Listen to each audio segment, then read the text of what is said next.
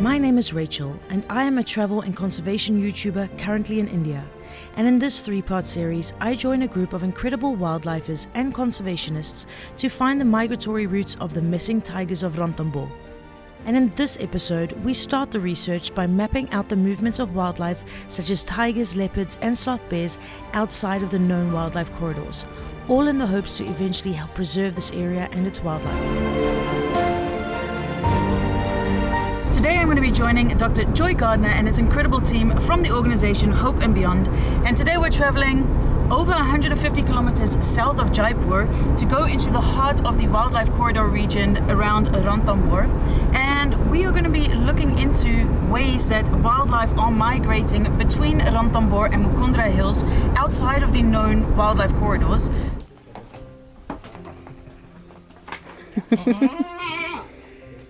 I've arrived at the incredibly beautiful location where we'll be basing ourselves for the next few days, and behind me is actually the famous Ranthambore Reserve, which is very well known for its tiger population. Now, throughout this video you may notice I will not be disclosing any of the locations where we will be doing the research, and that is just to keep the research safe and any wildlife that we do collect data on to keep them safe as well. So no locations will be mentioned, but I would love to still take you along on this journey. Okay. Yummy. The woman that lives on the property was actually saying that they saw a leopard right over there. So you can just imagine like what type of wildlife is crossing through this area if you have the reserve over there. We are here in the middle of a wildlife corridor. On one hand we have Ranthambore Tiger Reserve, on another hand we have Ramgarh Tiger Reserve. If a wild animal have to cross the area, it will go from this area or from the mountains which are linked with the forest. As per the information that we got from the local people, they said there is a regular movement of wild animals in the area, especially tigers, sloth bear and leopards. So we are going to place camera traps today in the area, and we will check what we get. We will also study about the scats and pug marks in the nearby agriculture fields, and after that we'll analyze what is the importance of this corridor and how we can develop this corridor. Is there a problem or is there a gap in the conservation of the territorial forest which is connecting the two tiger reserves? And after studying both the areas, we will conclude on the things like what in situ conservation techniques we should apply to conserve the area. And also see if there's any proof of tigers here, right? Yes, and we will also check in camera traps, is there a regular movement of tiger or not, because we cannot go on what people say. We need proper proofs.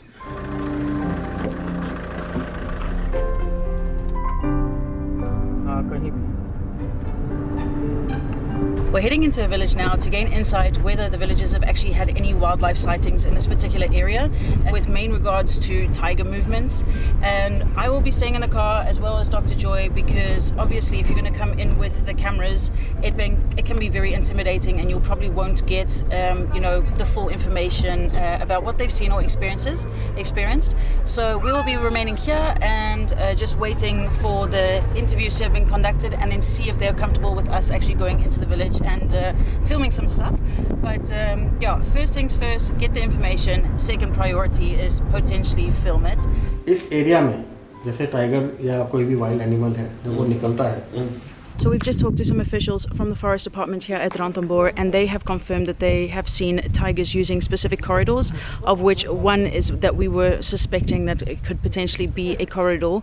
But they have now given us more information to go to different villages and ask people in those specific villages if they've seen tigers, because this would be a route that the tigers are probably using to actually migrate to the next zone. So what we're going to be doing now is we're going to go and do some interviews with some villagers and see if they can give us any information about if they've seen tigers, when they've seen them, and how they were moving. So we've just spoken to a boy here in the village, and he was actually saying that every 15 to 20 days one of their cattle gets eaten or attacked by a tiger, and the reason why they know it's tigers is because they've seen it with their own eyes. Also 10 days ago in the mustard field, he saw a tiger quite close to him and got a fright and ran back to the village.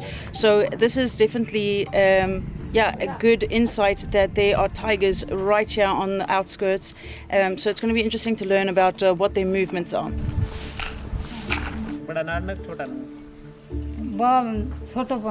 So we've just spoken to a woman in the village, and she was saying that actually a month ago there was a leopard that came over the boundary of Ranthambore and killed one of their ox calves.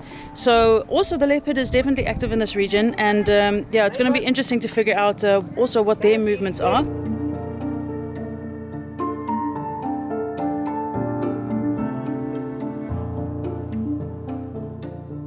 Okay, so not everybody is willing to talk with us and is a bit hesitant on giving information or giving an interview. So this guy that we just drove past, he said that he saw a pug mark of a tiger maybe 7 or 8 years ago, which is probably unlikely that it's so far back. But he didn't want to be interviewed, he didn't want to come on camera, so our search will continue. He saw the tiger. He's seen the tiger? Yes. In this region? His name is Ramchandra ji. He is cattle garden. He saw tiger last year. Last year, in this area. Mm-hmm. He is working here from last 11 years. How many times has he seen a tiger in total in those 11 years? पिछला 11 साल में कितनी बार देखे आपने? He says he saw many times in last 11 years. Many in times? This area tiger. What this guy is actually saying is that he has seen tigers in this area in the last 11 years quite frequently. But the difference between this guy versus the other people that we spoke to earlier is that this tiger is migrating over a corridor that the project is already aware of. So it is migrating from a certain area to a water point and then continuing on. And this information about this corridor was already well known. So we're going to continue the search to see if we can see or meet anybody who's seen the tigers and other wildlife going on the other corridors that are not established yet.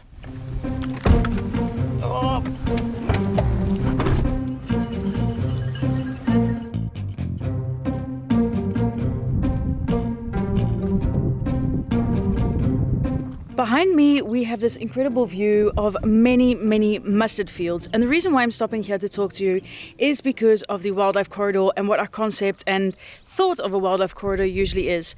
Usually it is assumed that a wildlife corridor is a patch of forest connecting one reserve to the next. But actually, this doesn't have to be the case. What Dr. Joy was telling me is that apparently the mustard fields have also been working as wildlife corridors connecting one reserve to the others because there have been sightings in certain mustard fields. The grass in the mustard fields grows very high, so it is obvious that a larger mammal or a large cat would be able to migrate through these patches. And also from one of the sightings that we heard earlier, we can confirm that there has been a tiger sighting in these mustard fields. He is Mr. Gokul. Mm-hmm.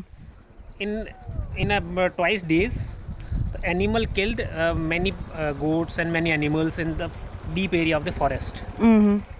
And what animal is it? कशो जानवर थे? It is tiger. He said that it is tiger which have stripes. Mm-hmm. It living here from last 3 to 4 years in that area. From that area to last 5 kilometers. So yeah, we were talking to these guys, and basically what they are saying is that for the last 3 to 4 years there has been a tiger living in the area behind us, and every so many days it is attacking goats. Now this means also that this tiger has a very comfortable life. It has a food source, it has a water source, so it's not migrating through the corridor. It has now actually established itself here. I'm not quite sure if they were very happy with it. Yeah. All the people are very happy to him because he doesn't kill the humans. He doesn't kill the humans. Oh yeah, this is what they were saying. So they aren't being attacked by the tiger, you know, so it can live there, they can live there, but it does take the cattle, the goats, obviously. just a casual flock of flamingos flying by. We have made it back to our base, and today has been quite interesting to interview people that are living on the outskirts of Ranthambore and get a bit more insight on, you know, the range of these wildlife corridors that are not as well known yet. For now, we're going to take a little rest, and then we're going to head out again because we're going to start placing camera traps before the sun sets, because camera traps are obviously going to give us extremely important information on what type of wildlife is coming through and if there's any wildlife coming through.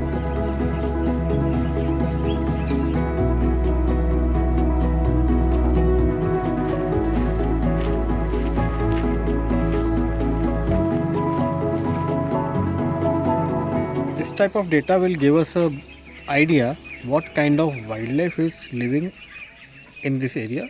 Secondly, with the help of camera trap images, we can identify the tigers also with the help of stripes. And why is it important to know exactly which tigers are coming through this area? If T110 is moving outside the forest, we should know who is the mother of T110 and how many kids are there of that female, so that we can identify the siblings also, because a tiger normally remains with her mother for almost 2 or 2.5 years.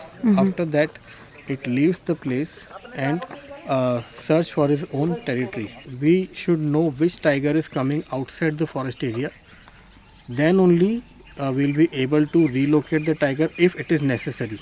Okay, so there was a little discussion whether or not we would be walking as a group or going by car, but I'm actually very happy we're going by car because this is an area where you have tigers, leopards and sloth bears. So I'm glad we're going in the vehicle and not walking as a group. You're disappointed? Yeah. Oh.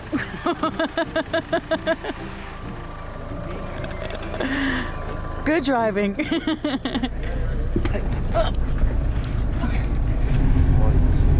Okay, so actually one of my favorite things on any type of data collection trip is the camera trapping and collecting footage from camera traps. It's always so exciting to see what has actually come past a certain area. So I hope that these camera traps in the future will catch some awesome footage. Snacks here, lots of water for them to drink. Oh my gosh.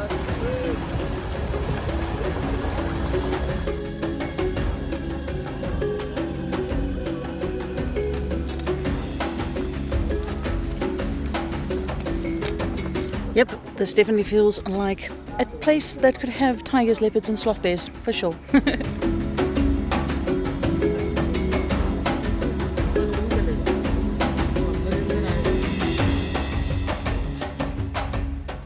So we're dealing with one issue, and that is that actually this side besides me has the best places to set up the camera trap.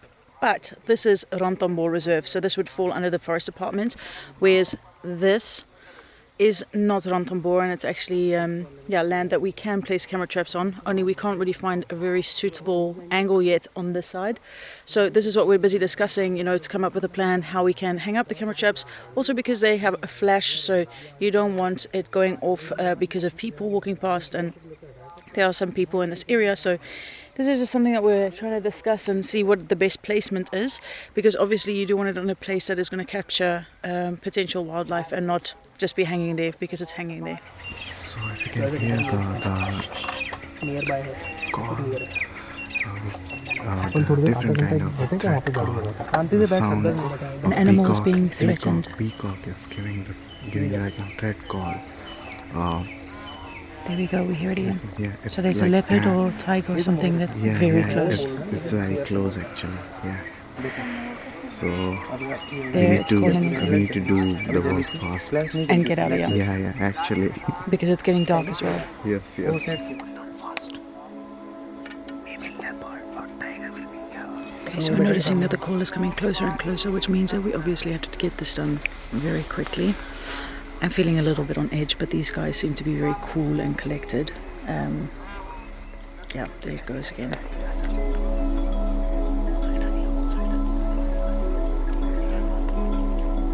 Okay, so it sounds also like a leopard has made a kill on a dog. very close by. You heard the sound of the dog and I was like, done. So we're heading back to the car. Work is done. Let's get back to safety.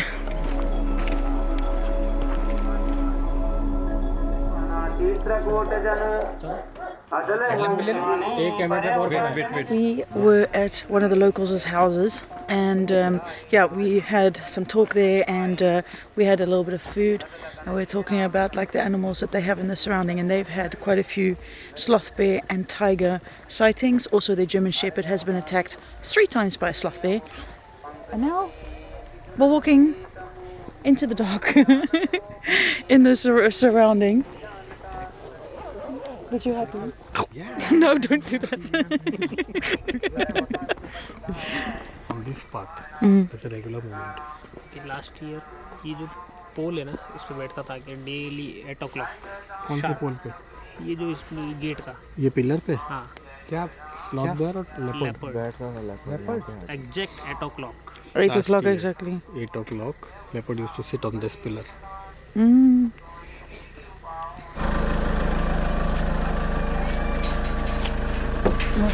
Okay, I'm glad we're not actually going on a mega walk. We're getting back into the car now.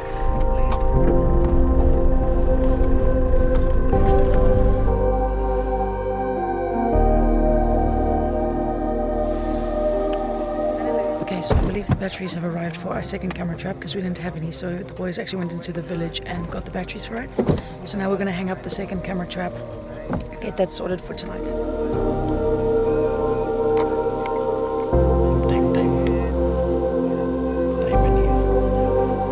Feels slightly eerie to be out here at night because you can hear the jackals everywhere. It's almost full moon. Tomorrow's going to be full moon, and yeah, it's crazy because you can still hear like everything from the humans, you know, like a prayer going over there, you can hear loud music going over there, but this is also still a place that is frequently visited by such incredible animals.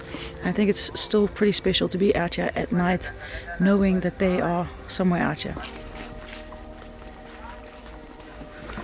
Okay, so we are pretty much in prime habitat. I think it is quite exciting that we're out here to hang out the camera traps.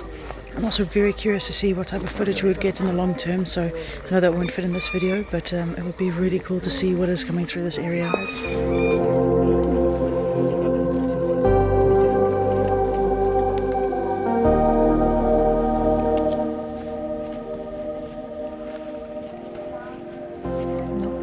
Where is the light now?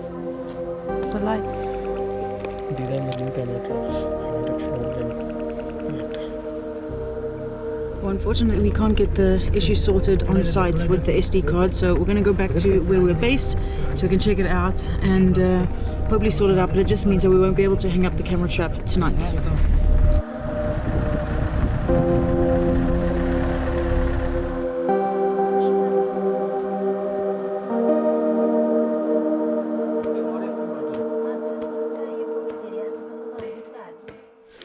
So everybody's preparing for dinner behind me. Looks like we've got a fire going, we've got different spices, garlic, tomatoes. Looks quite interesting. And Rachel will grind this garlic.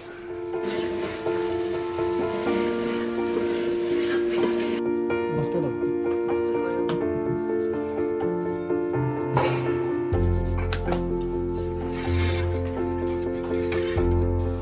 Okay, so like push it. Yeah, sure. And I'm not as good as you, I don't think, but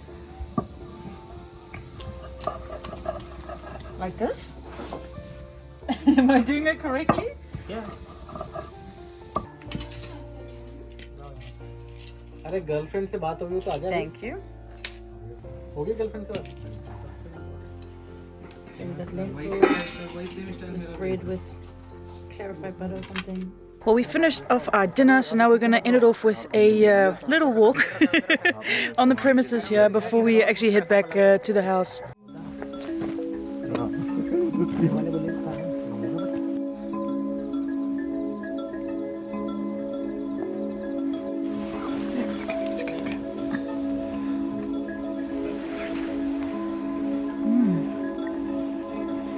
No lizard.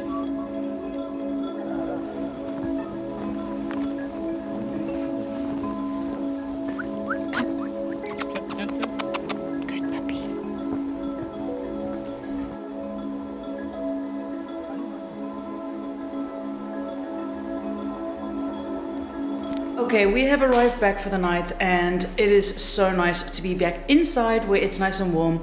But today has been a very crazy day. I think it's been so incredible to learn about the wildlife corridors and also see what type of research is being done to see how these animals are migrating outside of the known areas.